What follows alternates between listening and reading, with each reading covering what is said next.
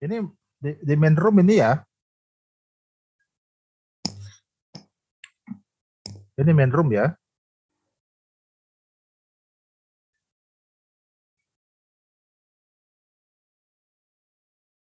Baru berapa pesertanya nih?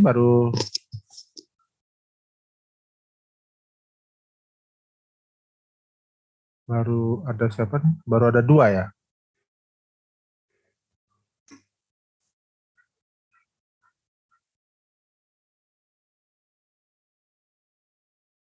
Cek bisa dengar suara saya? Oke.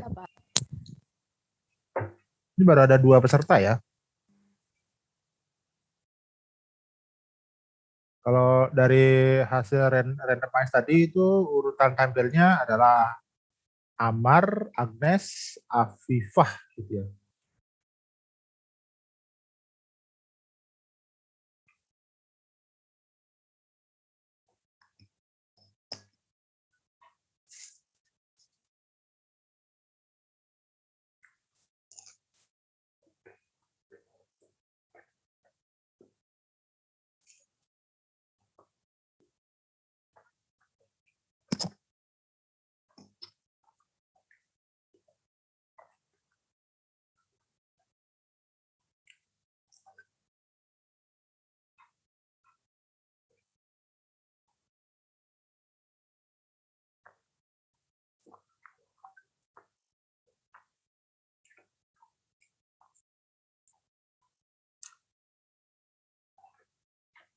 Ini finalisnya belum masuk.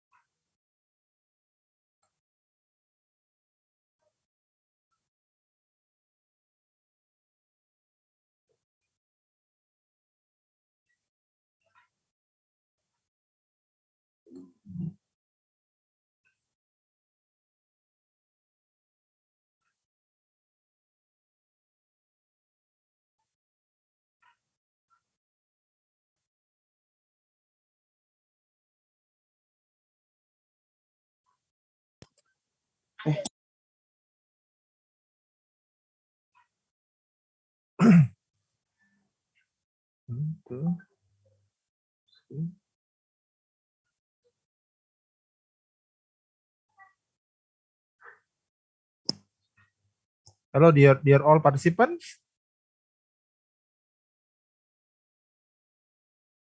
Dear all participants. Can you please turn on your camera?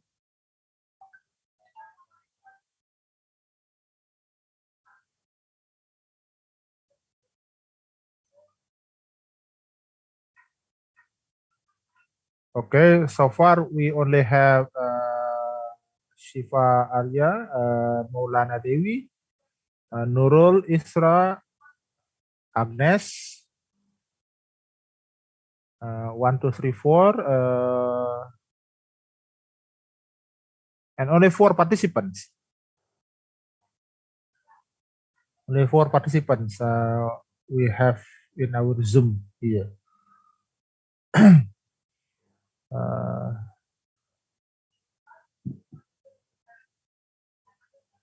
And we have Arif Rismawan Eskom here. So who's this?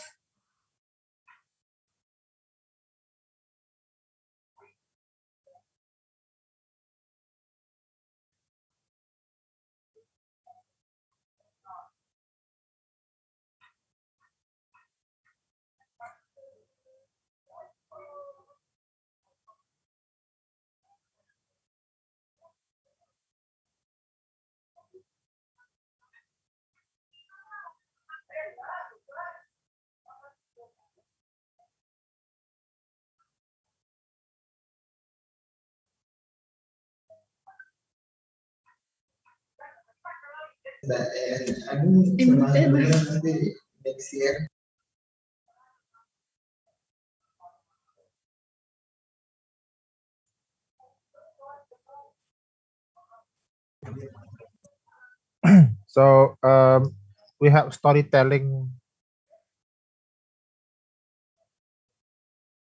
Who's this? Storytelling underscore NH blah blah blah blah. Can you please rename? Can you please rename your Zoom name, please?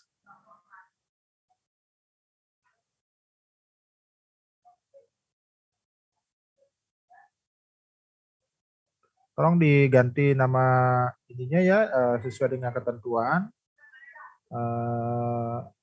Karena masih ada storytelling ini bahkan ini. Takutnya ini kesasar pesertanya. Salah pencet.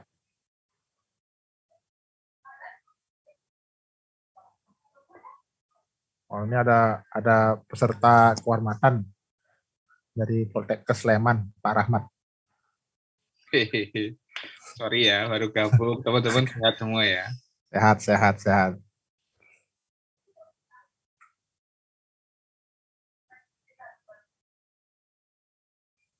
Okay, let me check here. Do I have Amar Ramlida? Are you here?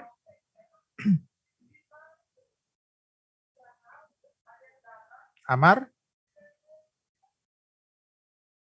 Okay, here Amar, and then Agnes Albertina. Agnes? I'm here. Okay. I'm here. Avivah Izatul Jana. I'm here. Okay. Rahma Sabila. Yeah, I'm here, sir. Okay, Rahma Sabila, and Shifa Alia Kansa. I'm here, sir. Humaira Ansarini. I'm here, sir.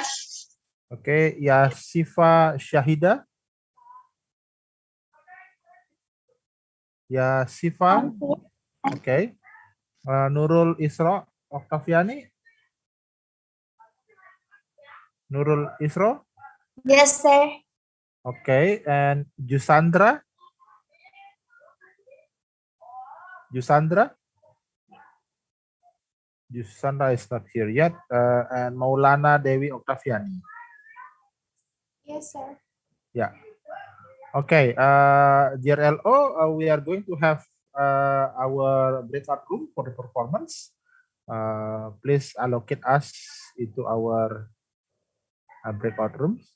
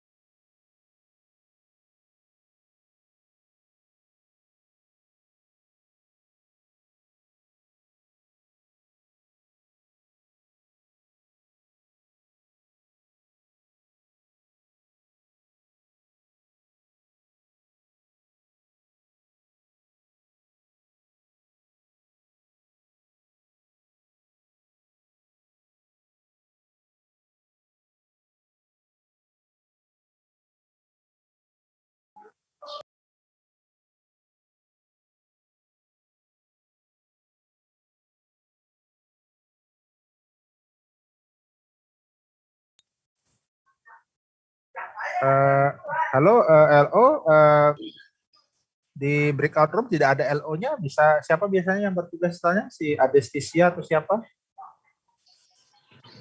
Iya Pak, sementara saya hubungi ini. Oke. Mufti itu biasanya di main room ya. Oh, ini Iya Pak. Adestisianya ada di sini. Oke. Nah, kita nunggu LO-nya ya. Habis itu dipersiapkan peserta pertama atas nama Amar. Oke.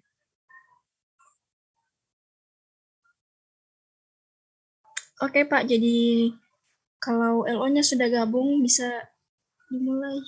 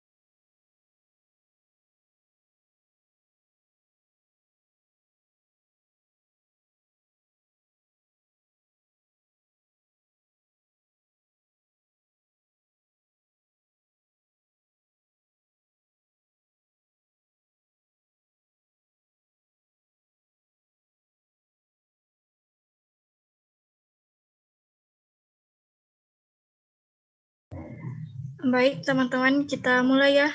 Peserta pertama. Kak Amar, saya kasih masuk di room ya.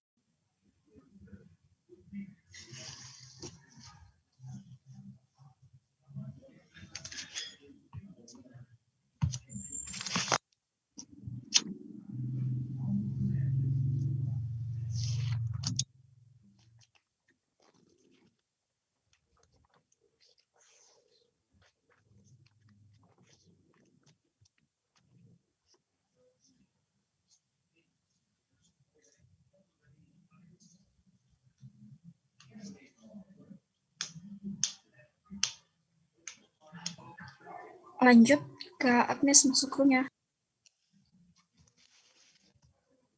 Ya, Kak.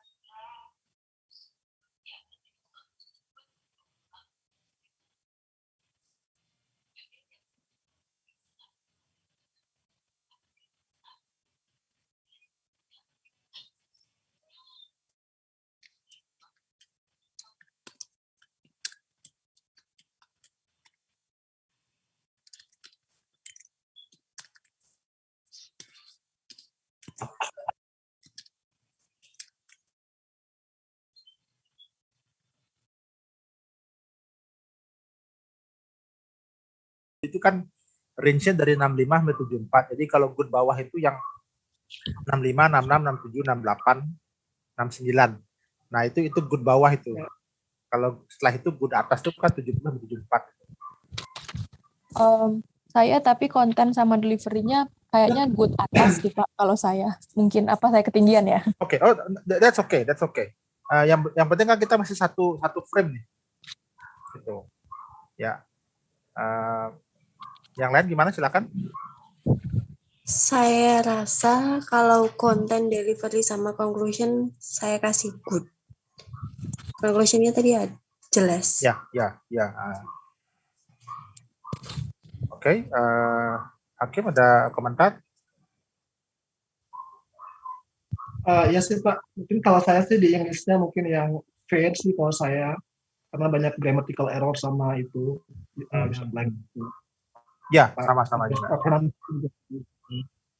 Oke. Kalau yang lain konten good, kalau saya good atas, kemudian conclusion juga bagus menurut saya juga good.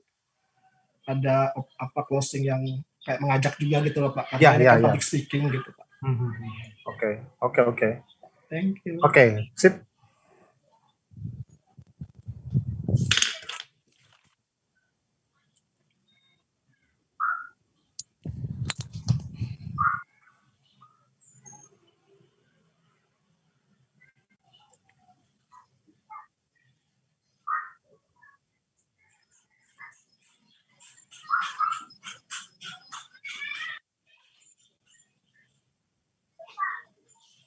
Maaf Pak. Oke, lanjut. Kebetulan ini Zoom-nya di streaming Pak. Apakah tidak dirahasiakan Pak? Oh begitu? Iya Pak. Wow. Ya kenapa nggak bilang dari tadi? Ini di sini. Iya baru Pak.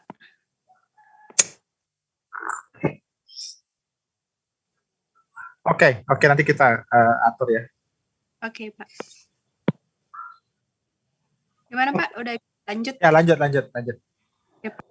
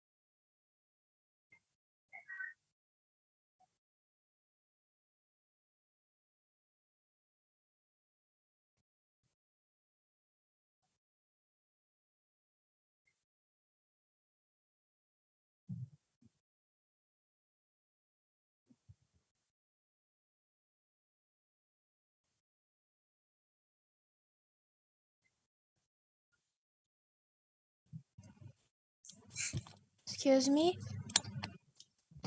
Hi, welcome. Okay, are you ready now? We're gonna start it in 3, 2, 1. Shh. Do you hear something? It's a little bit noisy. It's about vaccine. Do you believe about that? Or Assalamualaikum warahmatullahi wabarakatuh. My name is Afifah Tojana. I'm from Polytechnic Palembang. The world third large democracy, Indonesia has rolled out the vaccination program since January. However, the various local group has rejected vaccinations. This opposition add to challenge for the government COVID-19 vaccine programs. At the cure pace, according to the last study, it will take more than 10 years to complete. Rejection of the COVID-19 vaccine reveals the persistence phenomena of anti-vaccine movement in Asia.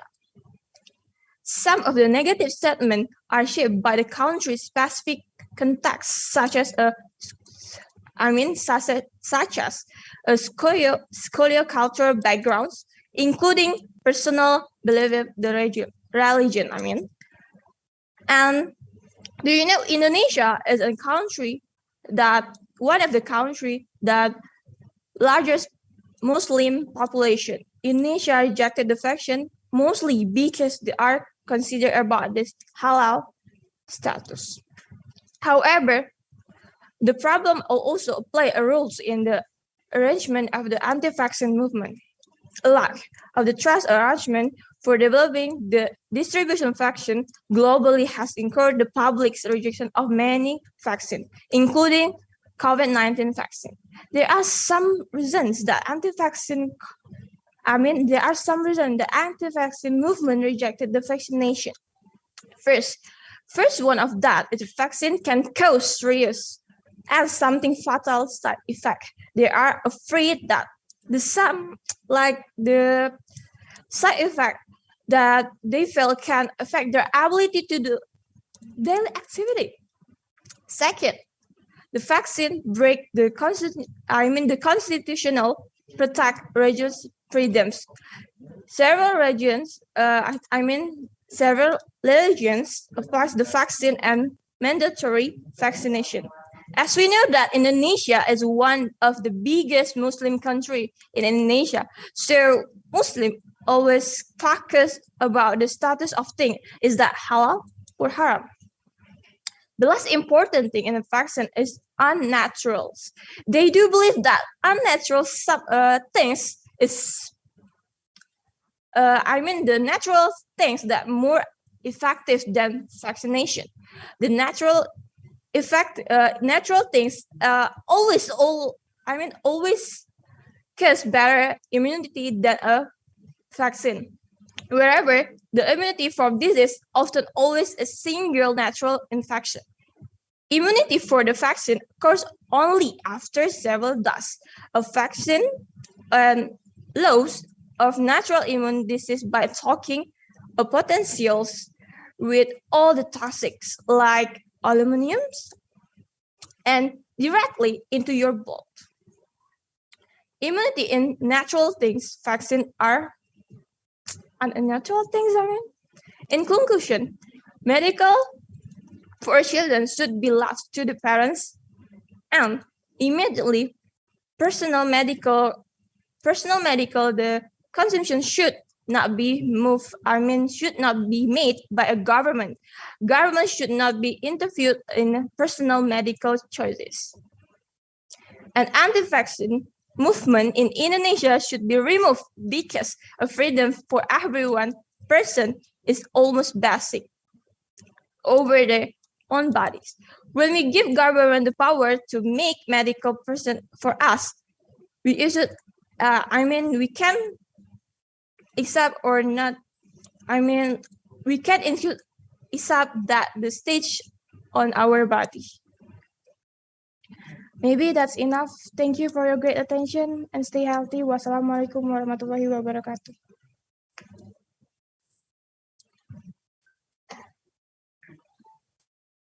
Okay, thank you. You may leave the room. Yes, thank you.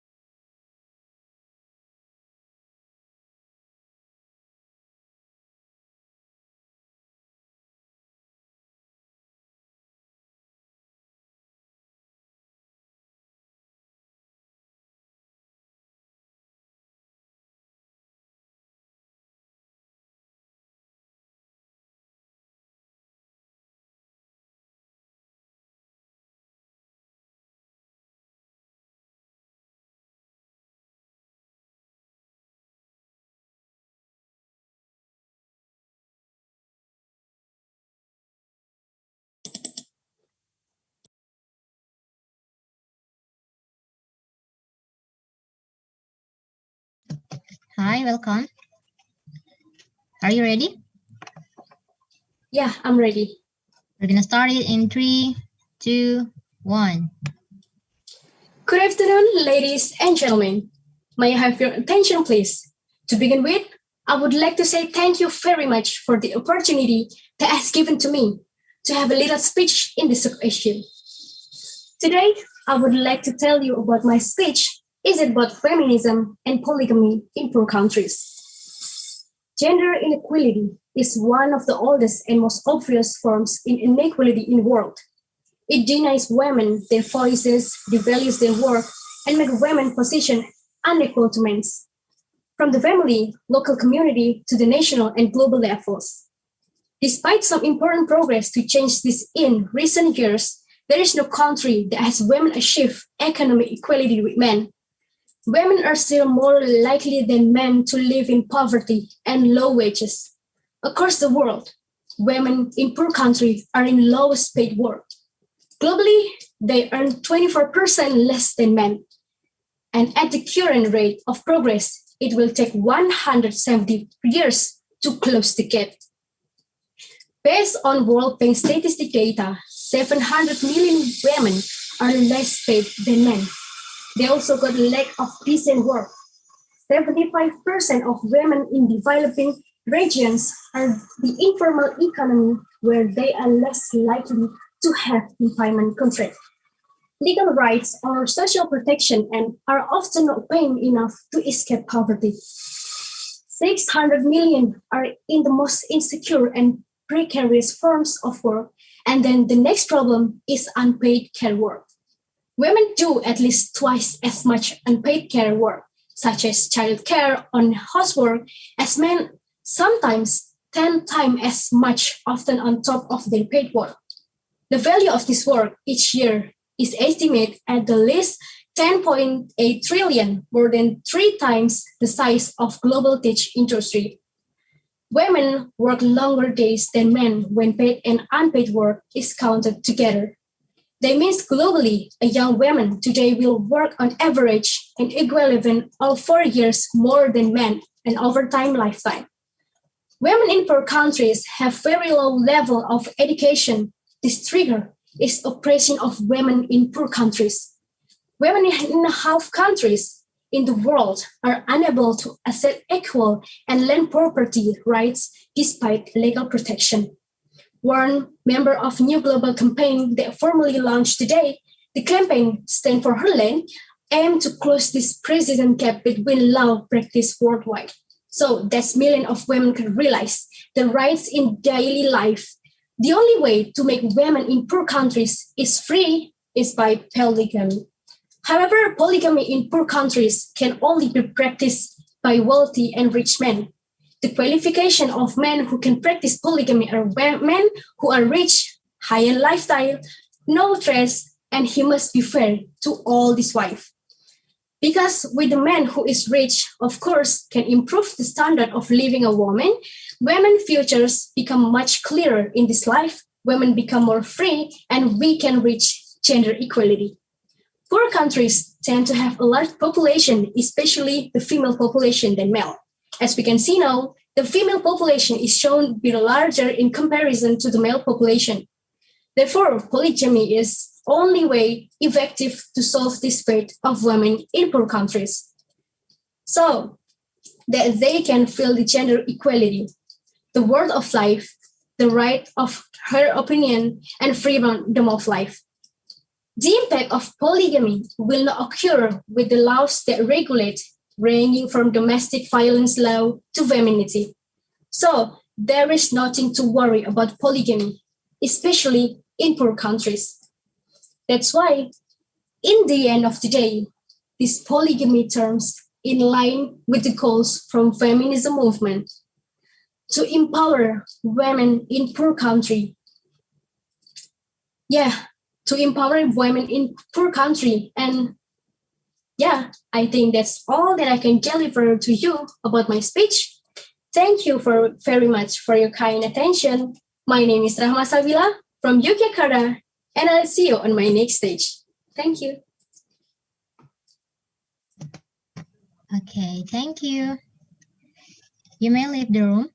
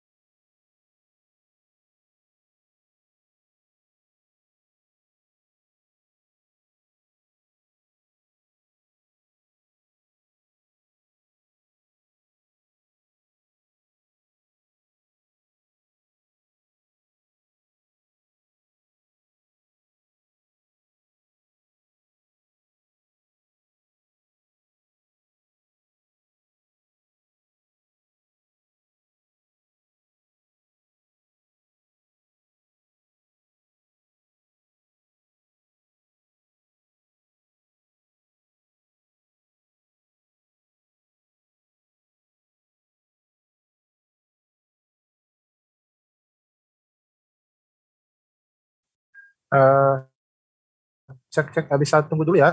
Jadi kami ada yang bermasalah dengan internetnya. Pak, saya tadi agak kurang stabil, Pak, internetnya. Saya coba Oke. koneksi tadi.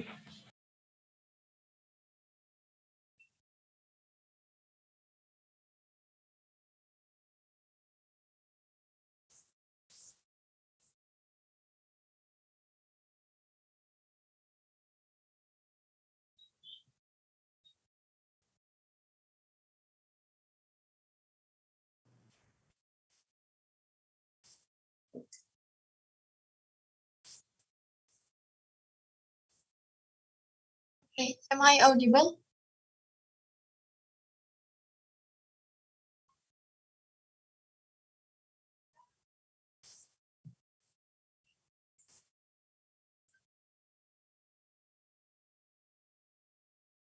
Am I audible? Wait a second. Wait a second. One of our judges is having. Citra, are you in? Sudah Pak. Okay. Yep. Before of that, I will perform dessert number 3. It is about feminism and polygamy in our country. Okay, are you ready? I am ready. We're gonna start in 3, 2, 1. Good morning, everyone. First of all, I'd like to thank the Almighty God. It is because of Him we are able to attend this contest today. Secondly, may salawat and salam always be delivered to our Prophet Muhammad Sallallahu Alaihi Wasallam, who had brought us from the darkness to this bright modern era that we live in today. And last but not least, I'd like to thank the judges for giving me this very special opportunity to compete in this contest. Well, ladies and gentlemen, I'm a woman, and I'm 100% fully support the feminist movement in order to achieve gender equality. And as a woman, I really don't support the polygamy movement. Feminism is a social movement to achieve gender equality in all aspects from politics, economics, etc.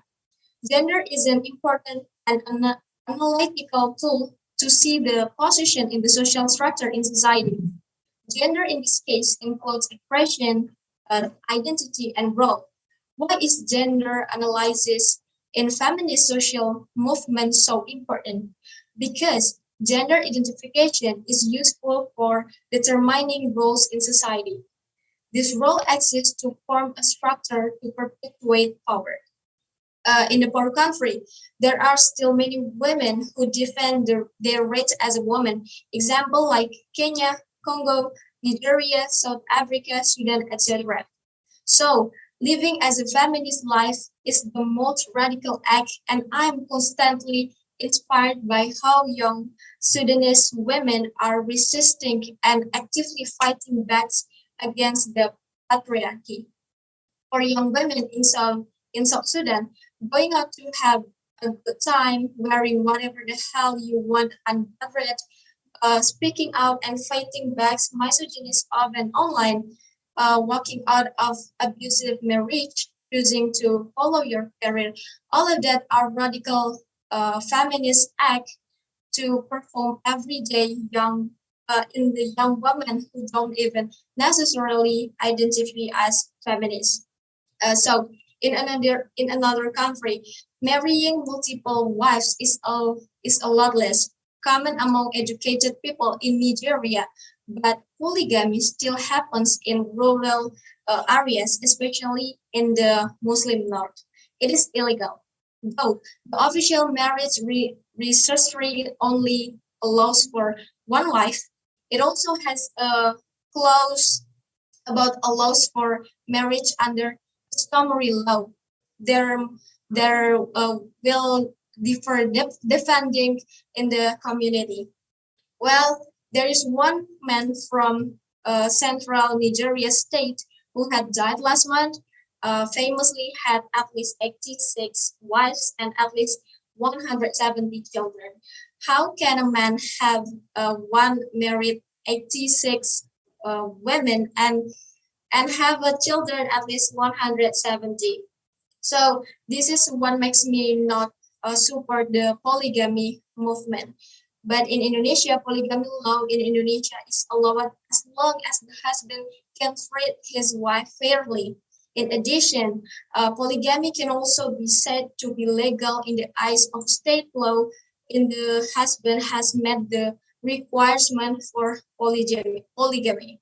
So in my opinion, it will be said if my husband marry with more than one woman.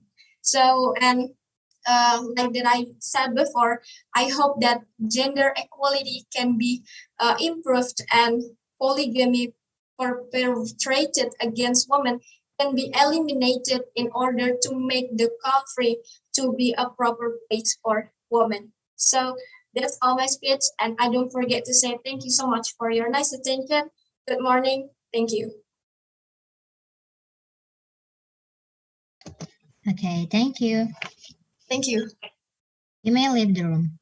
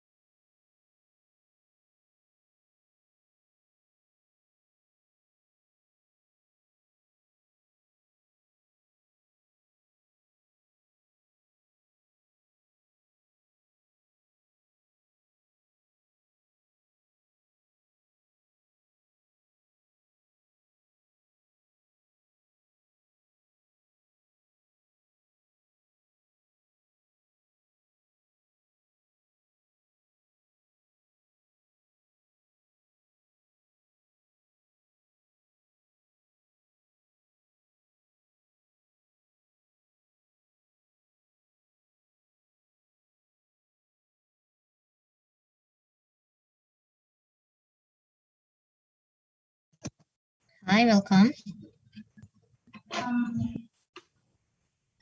Hello?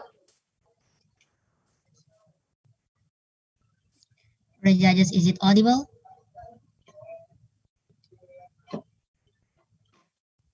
Okay. Are you ready now? Yes. We're gonna start it in 3, 2, 1. Assalamualaikum warahmatullahi wabarakatuh. Good day, everyone. It's a pleasure to have you today. My name is Sumaira, and now I'm going to talk about feminism and polygamy in our country. The reason why I choose this one is because I think it's an interesting topic for me as a woman. Women's rights are still underestimated by many people, even though women and men are still in the same level. From my point of view, that feminism and polygamy especially in the poor country, is a complex problem. So how does the concept of gender look at polygamy, which in fact one husband has more than one wife? At first glance, it appears that a male or husband dominates the wife. As if all power is in the hands of the husband, the wife must submit to her needs before him. The living system created by humans cannot be separated from the main purpose of life. Humans who aim to live for their own welfare or materialism created ways to fulfill their needs. Therefore, the things that contribute the most to their welfare are used. People who think so continue to pursue without seeing that operation will occur. In the case between gender, the bargaining power of men is stronger, so that exploitation often occurs from employer to women workers, hence to their wives. If polygamy is done wisely, in harmony, mutual acceptances, not selfish and not arbitrary, then there is happiness, mawaddah warahmah. Reality also shows how much poverty, misery, and the destruction of family are just because of polygamy. Due to this reality, most of the world's women reject polygamy. The gender concept sees polygamy as a picture of a man who has a stronger power so that exploitation, extortion, violence against his wife and children are not uncommon. In turn, the wife and children will experiencing suffering, misery, and even neglect. Whereas in the concept of gender that must be applied is that concept of equality and justice. If fair conditions are given to the husband, it is difficult to describe the concept of fairness because the wife will receive and feel it. Okay, that's all for me. I hope that it helps you to change about the perspective of polygamy, especially in the poor country. Thank you for your attention. Assalamualaikum warahmatullahi wabarakatuh.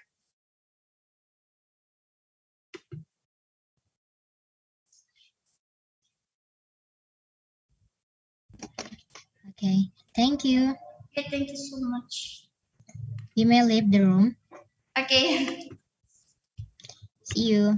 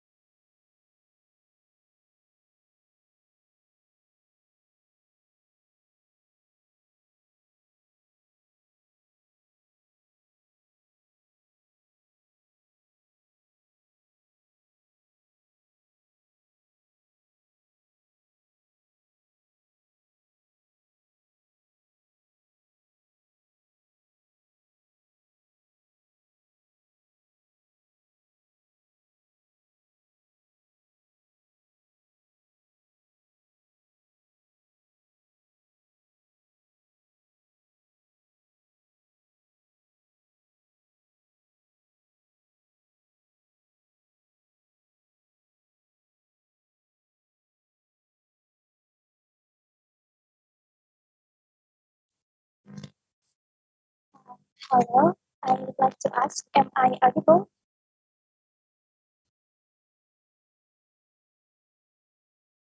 Agak putus-putus.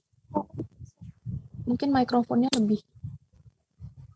Agak putus-putus ya. Is it clear now? Robotik suaranya. Mungkin karena headsetnya nggak sempurna. Is it clear right now? Tidak bagus ya. Anda bisa mendengar suara saya dengan bagus? Ya, bisa. Tapi suara Anda tuh halo, gitu. Coba tanpa headset, bagus nggak?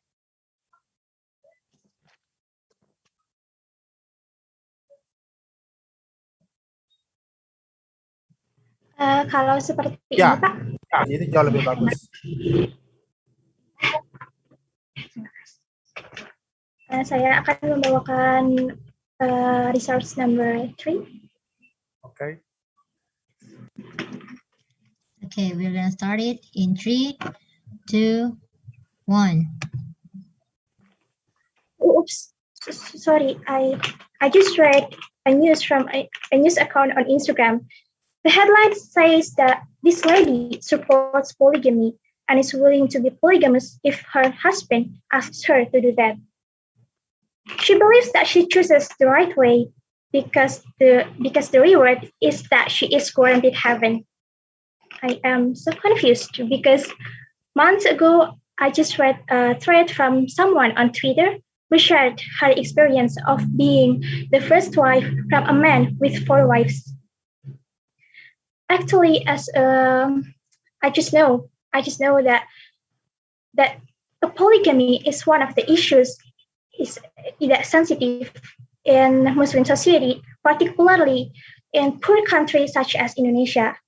I didn't mention the economic side of this country, but I mentioned the education poverty of it, as if in the 2019 PISA program for international student assessment, Indonesia is ranked 72 out of 77 countries. To be perfectly honest, I haven't met someone who is polygamous, and I've never seen polygamy in my life. So I don't really know, is polygamy just as happy as the statement from someone who supports it, or as painful as from someone who against it as well? Whereas as a girl who lives in the countryside, I do hear this all the time. Why do you choose to continue your study? Is it not enough to be a high school graduate? Don't you dare to be too independent because your husband in the future will neglect you and search for someone else who can obey all his words without reputation. Don't you know that no matter how high your education is, your place is and will always be below the man? I try my best to refuse all the perception because I know what kind of life I want to be lived, no matter how the place that I lived in hasn't achieved gender equality. And I want every woman out there think as same as me. The United Nations Women Goodwill Ambassador Emma Watson said this once. No country in the world can yet say they have achieved gender equality, no matter how rich or poor the country is. Dearly beloved, I, Yashfa Madiana from Bandung Polytechnic of Health, do agree that feminism isn't about convincing that gender equality worth in judging because I am a woman. Feminism for me is when every woman can get every single right she deserved. Being happier, healthier, and even being able to have a marriage that is a true partnership. While they fundamentally support polygamy and the liberal Islamic network against it as well, here I give my point of view that actually as a Muslim, I do support it as well because it is allowed in my religion and practiced by Rasulullah SAW. As a human, I understand and think that there are so many goodnesses and other ways to reach Allah's heaven. And as a woman, I want to emphasize that every woman should be free to do and have what they exactly want, and to be free to feel their true feelings, to be true to themselves, to say no if they don't want to, and say yes if they're ready for it. I don't see feminism as an act of hating men, as well as I don't see polygamy as a practice which tends to marginalize women, degrade women's dignity, and being unfair to women. I stand for gender equality, and I am feminist. That's all from me. It's from Mariana from Bandung Polytechnic of Health. Thank you. Terima kasih Bapak, Ibu, dan Teteh LO. Saya izin meninggalkan ruangan. Okay, thank you.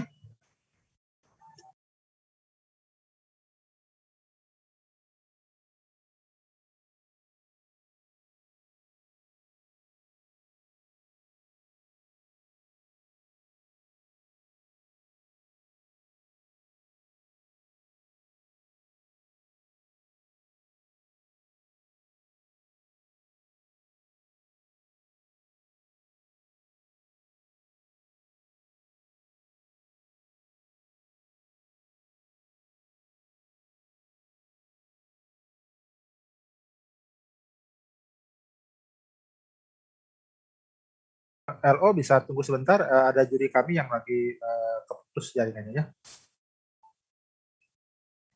Iya, baik, Pak.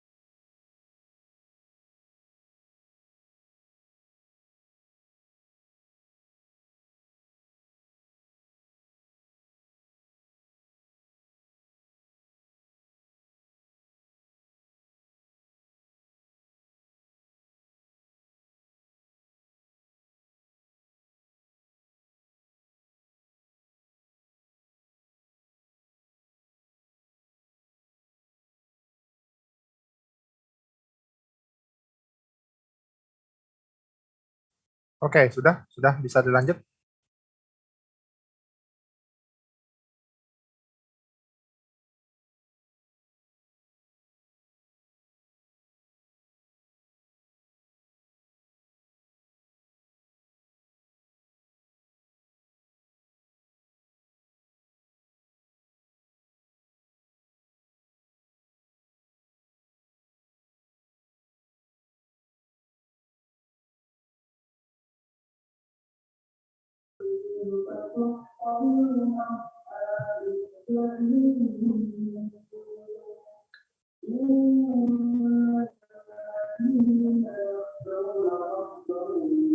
Hi, welcome.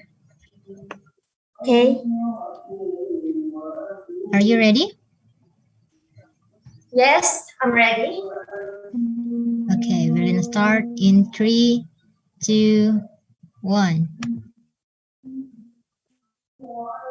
New normal and not so normal things.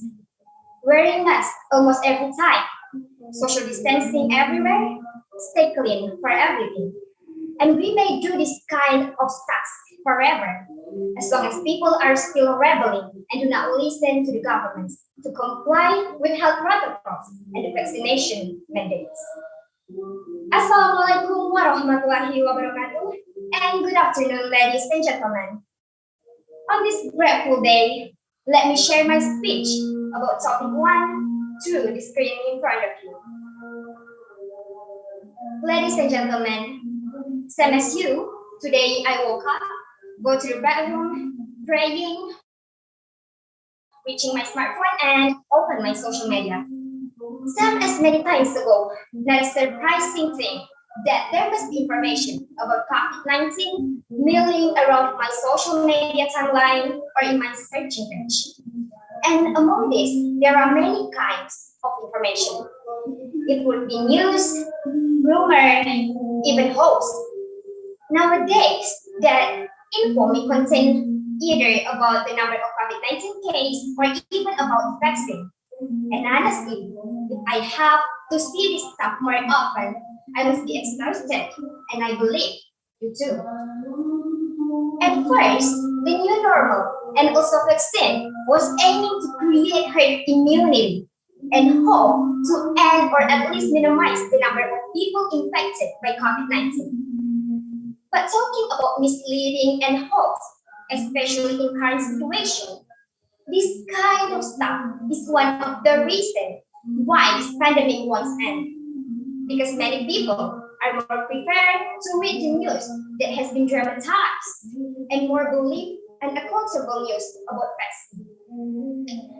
And in the end, this news creates a big problem when much people believe it. A problem called herd stupidity. Or in another hand, we can call it as a criminal's action of humanity. We can see these criminal's actions almost everywhere near us, where people are missing the anti-vaccine movement, and also there are unhealthy, mindful group of people who doesn't want to comply with health protocols. And finally, lead us to increase COVID-19 cases. After all, the Indonesian government must take an action to stop this foolishness. And guess, today we are facing restrictions in our community activities, or we are known as PPKM. Although the herd stupidity wasn't found in mall, market, or cafe game, but they are still alive. They live deeper in our pocket. Back maybe, they are in our hands.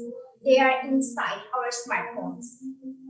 This herd stupidity is live again by reincarnating as a broadcast message in our social media, and it spread so fast, more than we could imagine. No need to look too far. We can find this foolishness in our home, maybe in our phone, either in our parents' Facebook, WhatsApp group, Telegram, or if your parents are a little bit updated, maybe in their Instagram and Twitter. So can we back to our old normal again? Ladies and gentlemen, the COVID-19 pandemic has transformed all our lives. Lockdown have forced us to change how we socialize, how we shop, how we work. But as vaccination rates rise, parts of the world are opening up. And it's a wonderful feeling, even though with a new normal lifestyle. But which changes are temporary and what is transformed for good? To answer that question, the economist has crunched data to create a groundbreaking new index. The amazing thing about this pandemic compared with all previous pandemics is the amount of data we have. The results show that the world is never going to be the same again. This is not the first time a pandemic has changed the world. Ladies and gentlemen, so yeah, we are not going to old normal all the way. It's clear that people are not going to go on doing all the things they have been doing for pandemics. So from now on, we are already entering into a hybrid world where people do things online as well as off. Ladies and gentlemen, possibly one of the biggest long-term changes from the pandemic is going to be more people working from home.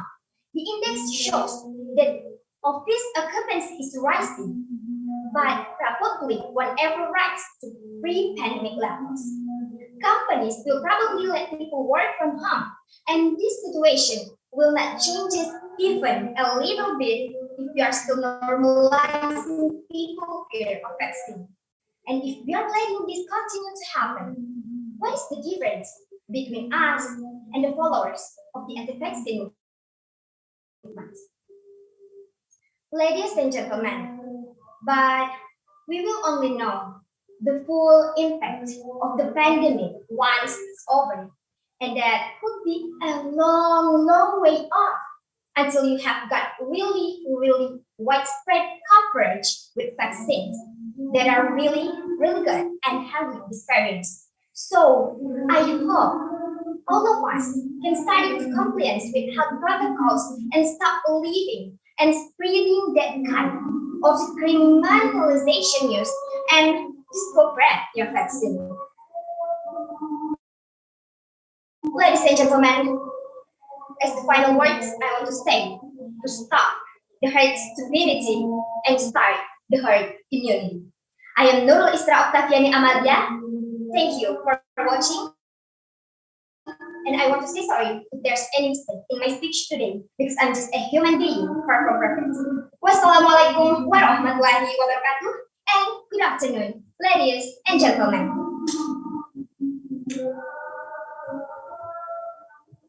Okay, thank you. You may leave the room.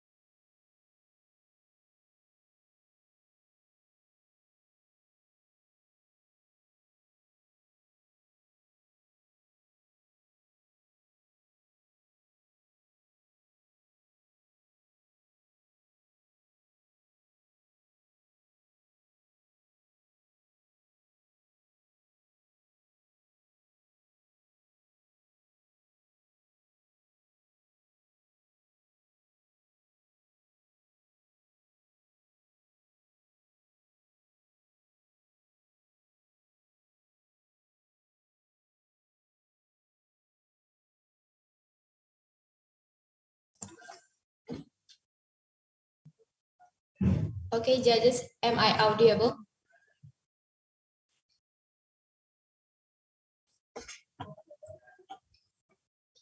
Hello?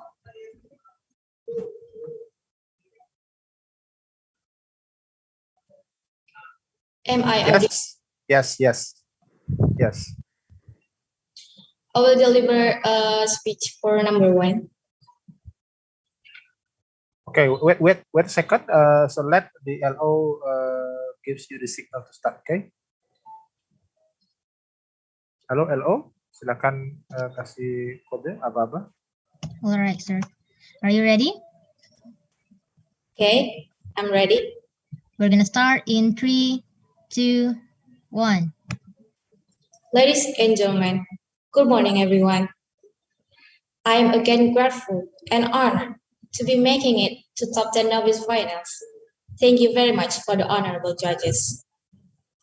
How's everyone doing? I hope everything is going all right and have a great day ahead. In the beginning of COVID-19 examination, the government seemed to take it easy. and underestimate the existence of this virus. And the government stated that it was all under control.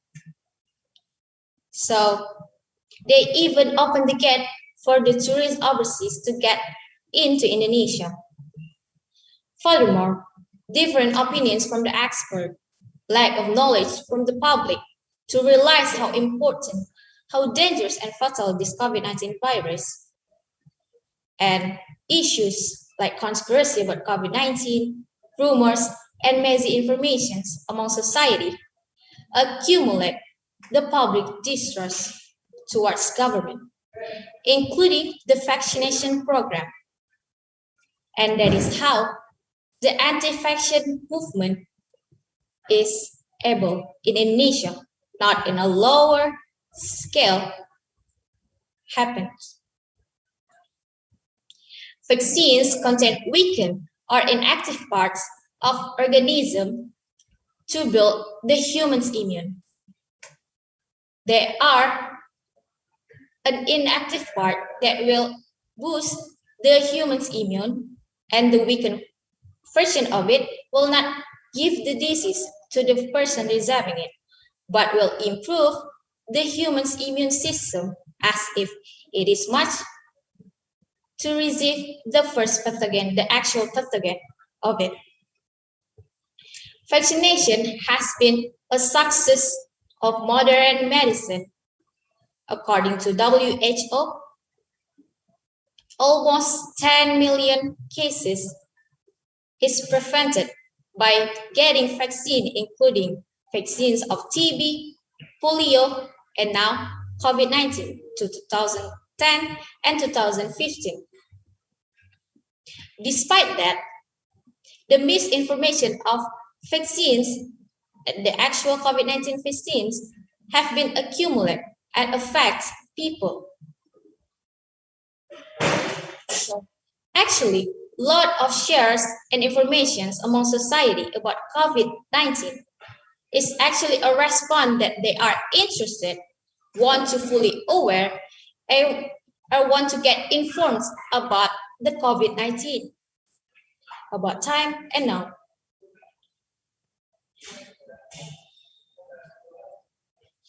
COVID-19 is indeed threatening us. It's not a personal threat, it is a threat to our society, our community, and our groups. So the government must take legal action, and the government must take legal actions and take this issue seriously. The anti-vaccine movement is included of disinformation. There is actual difference between disinformation and misinformation. Disinformation is a false information deliberately shared and spread to influence others, but misinformation happens because of lack of knowledge without the intention to mislead people. The government must take criminals to the anti-vaccine movement if they have the intention to hurt others by spreading disinformation, the false information. The anti-vaccine movement is including the desire not to fully vaccinate it and wish people to do so by doing the disinformation spreading news. So how is this affecting us? It will get us impossible to do the herd immunity. What is the herd immunity? Herd immunity is when a population is immune to the infections of disease. And it is such indirect protection to populations. So if the COVID-19 cases getting increased because people are not getting vaccinated, it will also affect economy. How? The economic system is broken because people get infected and they are not able to do the works, the study, and many others. Instead, the government should take this seriously and get them criminalized. It is leave it up to the government to do the policy, like the law, or get them in jail. But I hope the anti-vaccine movement is decreased in Indonesia and everyone get vaccinated. And this issue will get us back to our daily routine as if COVID-19 never happens since before. I think that's all for me. Thank you very much for the attention. Okay, thank you. Judges. You may leave the room. Okay, thank you so much.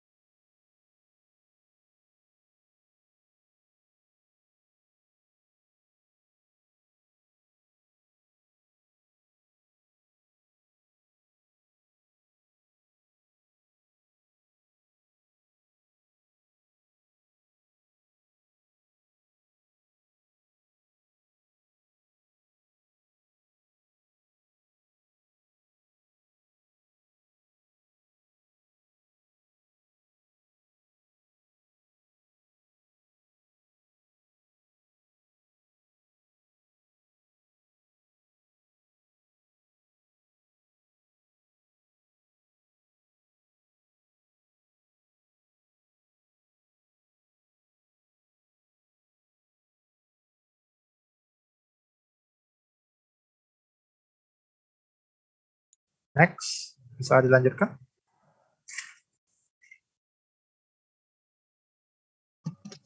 Belum di ACC sama finalisnya. Oke, Pak. oke.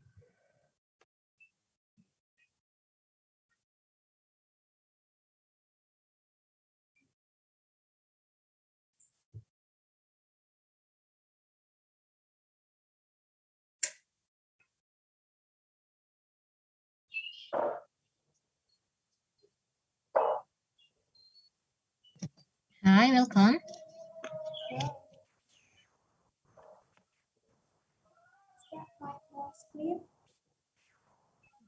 For the judges, is it audible? Okay. Okay, are you ready? Yes, I am ready. We're gonna start in 3, 2, 1. Good morning, everyone. Thousands of people are lost their job, and thousands of people can't study effectively. Thousands of people are hospitalized, and thousands of people have lost their lives. For 2 years, we have been suffering in this situation. For more 2 years, we have been living in a misery. And finally, we found the right weapon to fight against the COVID-19. it's vaccination.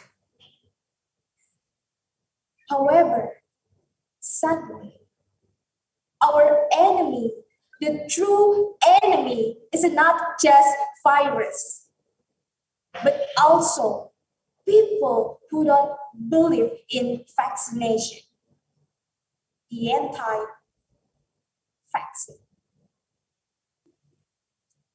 I am Maulana Dewi Octavian. In this precious way, allow me to explain to you why we should justifiable people who don't believe in vaccine.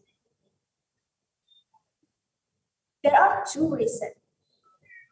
First, because of they refusable to get the vaccine, it could slowly kill everyone. Two, they spreading fear and indoctrinate people to believe that vaccine is dangerous. Now, in this condition, our country needs a herd immunity. As you may know, herd immunity is a condition which is a group of people have immunity on his body to fight against the infectious disease. Herd immunity forms in two ways, natural and by vaccine. If we choose natural way, it takes too long and more casualty. But if we choose vaccine, it is a way faster and less victim. We need to reach 80% of people to get vaccinated. But now, Indonesia have just 20% vaccinated. And for that people who don't believe in vaccination, they make us hard to reach that number. And for all of that, they try to spreading each other, spreading fears. They thought that the vaccine is dangerous, just a conspiration. Their assumption is totally wrong. They think that the pharmaceutical company is just elementary school children who practice in the planting a sprout on the wet cotton. No, it's totally big no. A pharmaceutical company is composed by professor, doctor, even scientists. They take a long time to find this vaccine. And the people who don't believe in the vaccine just easily come and spread that vaccine is dangerous. Their action is totally wrong. They are our problem. So everyone, by endangering the nation, spreading fear and indoctrination are justification for the government to press charge on them. Thank you.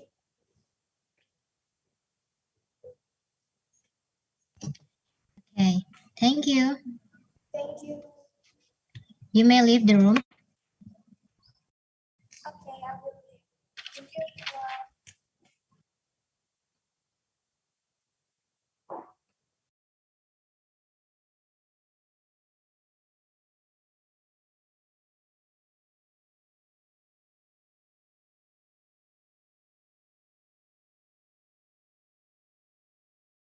So the judges, it was our last finalist before taking a break.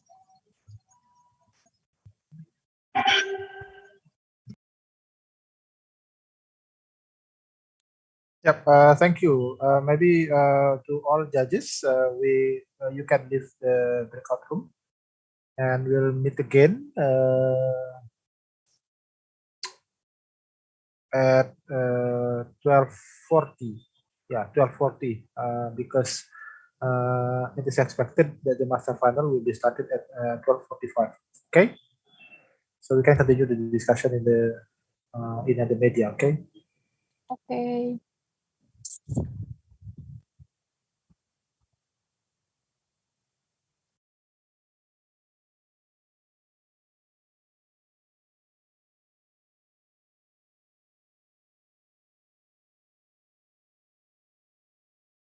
You may leave the room. Thank you. See you in the opening ceremony.